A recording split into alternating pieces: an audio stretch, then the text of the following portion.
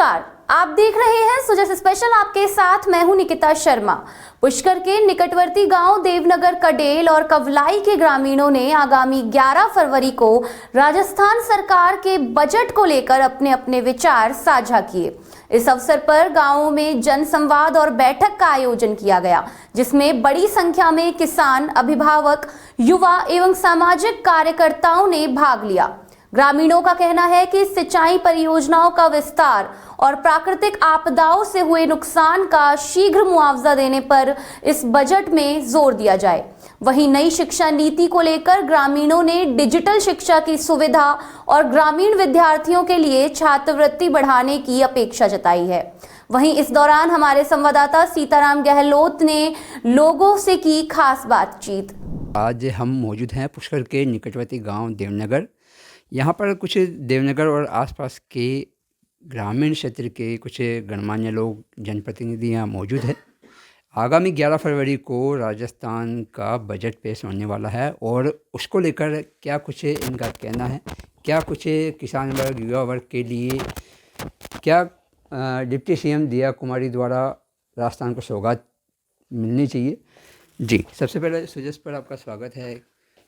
आगामी 11 फरवरी को बजट पेश हो रहा है, क्या कुछ कहना चाहते हैं, किस प्रकार किसान वर्ग, युवा वर्ग को, आम जन को? मैं धन्यवाद दूंगा प्रदेश के मुख्यमंत्री भजनलाल जी का और वित्त मंत्री, उप मुख्यमंत्री दिव्या कुमारी जी का, कि उन्होंने जो पिछले 2 बजट में जो घोषणाएं की थी, उन घोषणाओं का क्रियान्वयन हुआ है। झूठी घोषणाएं उन्होंने नहीं की है, उन्होंने वही घोषणाएं की है जो मौके पे हो सकती है, वैसी ही उन्होंने घोषणा की है। और मैं आने वाले बजट में पुष्कर के लिए मैं सोच रहा हूँ कि टनल, जो पुष्कर घाटी की भारी समस्याएं हो रही है, वो टनल के रूप में स्वीकृति हो। मैं जो सालासर पुष्कर जाने के लिए देवनगर से खोरी के मध्य डबल सड़क की जो हमारी मांग है, वो सड़क की इस बजट में पूर्ति हो, ऐसी आशा करते हैं। और भी बहुत कुछ पुष्कर में गुलाब की खेती है, आंवले की खेती है, और जो ब्रह्मा की नगरी है, वहाँ जो कॉरिडोर की बात की जा रही है, इन सब को लेकर हम आशान्वित हैं कि ये सारी चीज़ें इस बजट में उनके लिए बजट का प्रावधान रखेंगे।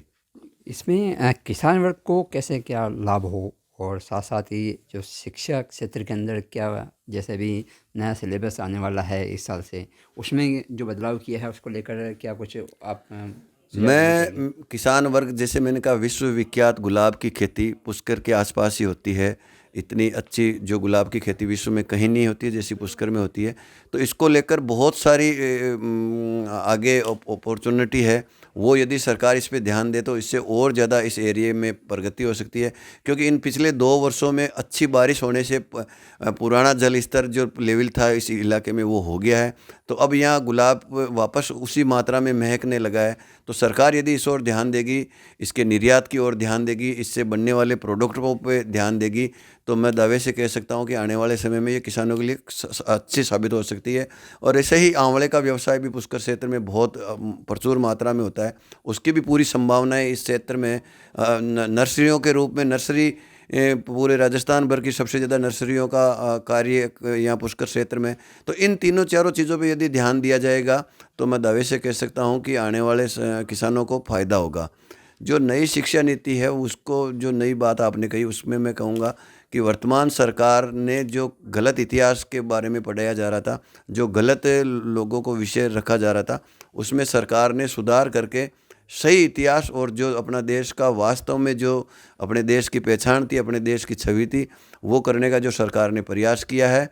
और शिक्षा का मतलब पॉजिटिव वे जो होना चाहिए, उसकी ओर सरकार ने ध्यान दिया। मैं साधुवाद, धन्यवाद दूंगा कि इन्होंने एक अच्छा परिवर्तन शिक्षा के क्षेत्र में सरकार ने किया है। चालू वर्ष के अंदर अतिवृष्टि से किसानों को बहुत नुकसान हुआ, फसलें बहुत कमज़ोर हुई, अभी भी पाला पड़ा है, ओले पड़े हैं।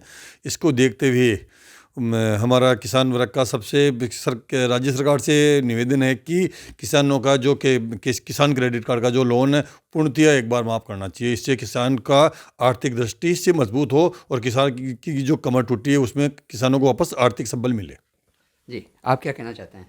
हमारा तो कहना यही है कि ये जो मंडियां हैं, इन मंडियों के अंदर जो सरकार का कर्मचारी वहाँ लगाते हैं, उसके ऊपर इतना पाबंद होना चाहिए कि भाई रोज़ की जो है ना रेट लिस्ट वो ओपन करे और ये जो बीच का जो सिस्टम है ना इनका बिचौलियों का, वो ख़त्म करके किसानों को डायरेक्ट किसी पार्टी से डायरेक्ट किसान को वो बेनिफिट मिले, तब तो जाके किसान की कोई आय दुगनी होगी, नहीं तो किसान वहीं का वहीं रहेगा। सीताराम गहलोत, सुजय समाचार, पुष्कर। सुजय स्पेशल में फिलहाल के लिए इतना ही, फिर मिलेंगे किसी नई खबर के साथ। तब तक के लिए देखते रहिए सुजय समाचार। हमारे चैनल को लाइक, सब्सक्राइब और शेयर करना ना भूलें। धन्यवाद।